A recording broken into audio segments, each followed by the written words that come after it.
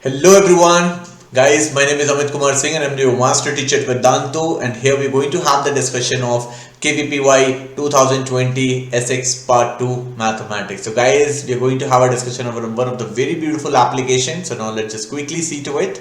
So, but as you can see on the screen, it says, 6 consecutive sides of an equiangular octagon are 6, 9, 8, 7, 10, 5 in that order. Then the integer nearest to the sum of the remaining two sides is option A. If you just try to look at the option A is 17, B 18, C 19 and D is 20. Now, again this is one of the very beautiful question. If you try to just try it with the geometry now, you will get this question within no time. How? I'm just going to show you. Okay, so just have a look. So guys, as you can see in the screen, I've just drawn a diagram. Okay, I have drawn a octagon only. Okay, and as per the question, they are telling me that the side length of 6 consecutive sides they have given me as 6, 9, 8, 7, 10 and 5. So I'm just going to mention it. Okay, I'm just going to call it a 6. Okay, and this is 9, this is 8, this is 7, this is 10, this is 5. Rest of the two sides I'm just going to assume it like A and B. Now this is my equiangular octagon. I just want to ask you guys, if they're calling it as equiangular now, so all the interior angles are same, right? So do you all understand, if all the interior angle is same, so let's just assume that one of the interior angle is like alpha. I'm just going to ask you, if this is alpha, then definitely but 8 times alpha, it's going to be n minus 2 times pi, right? Sum of all the interior angle. I just want to show you that what is going to be the value of alpha. So if 8 alpha is coming out to be equal to 6 pi, so definitely alpha is coming out to be like 3 pi by 4. I just want to show you that 135 degrees what is going to be the interior angle. If that is the case, so definitely, so as to have an equiangular octagon now, this angle has to be 45 degree. Now that is the crux of this question. So the moment I will say equiangular, so definitely two of the opposite edges are going to be parallel.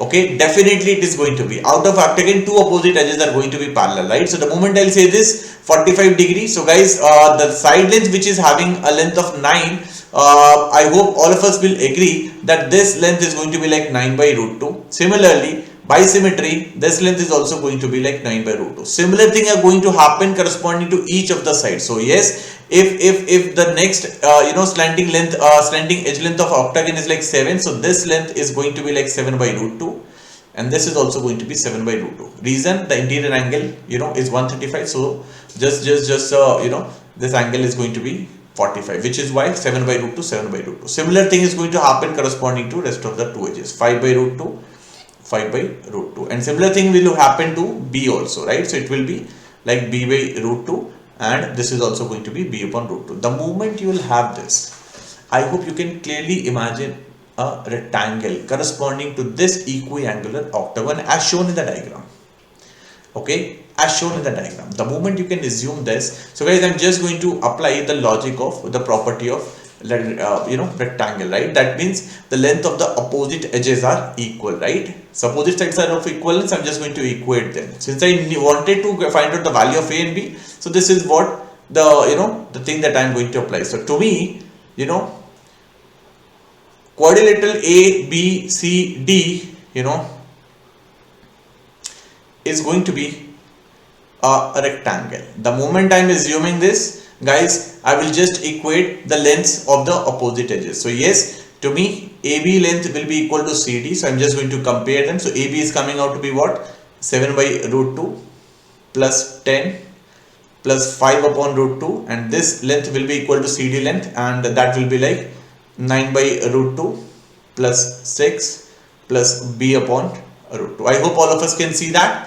Right, and on solving this equation, guys, I can get the value of B upon root 2, which is going to be, as you can see over here, it's going to be 4 plus 12 minus 9, it's going to be like 3 upon root 2. This is going to be the value of B, or I can say the value of B will be like 3 plus 4 under root 2. I'm sure all of you will agree. This is how I'm going to get the value of B. Similarly, I'll equate the next opposite edge. Okay, I'm just going to show you like in this case, if I try to compare the next opposite edge, okay, that means if I try to compare AD is equal to BC. So AD length is going to be what?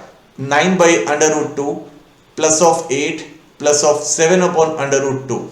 This is equal to, how about BC? It's going to be like 5 by root 2 plus A and plus B upon root 2. Just watch it very cautiously, because all you have to do is to put the value of B by root 2.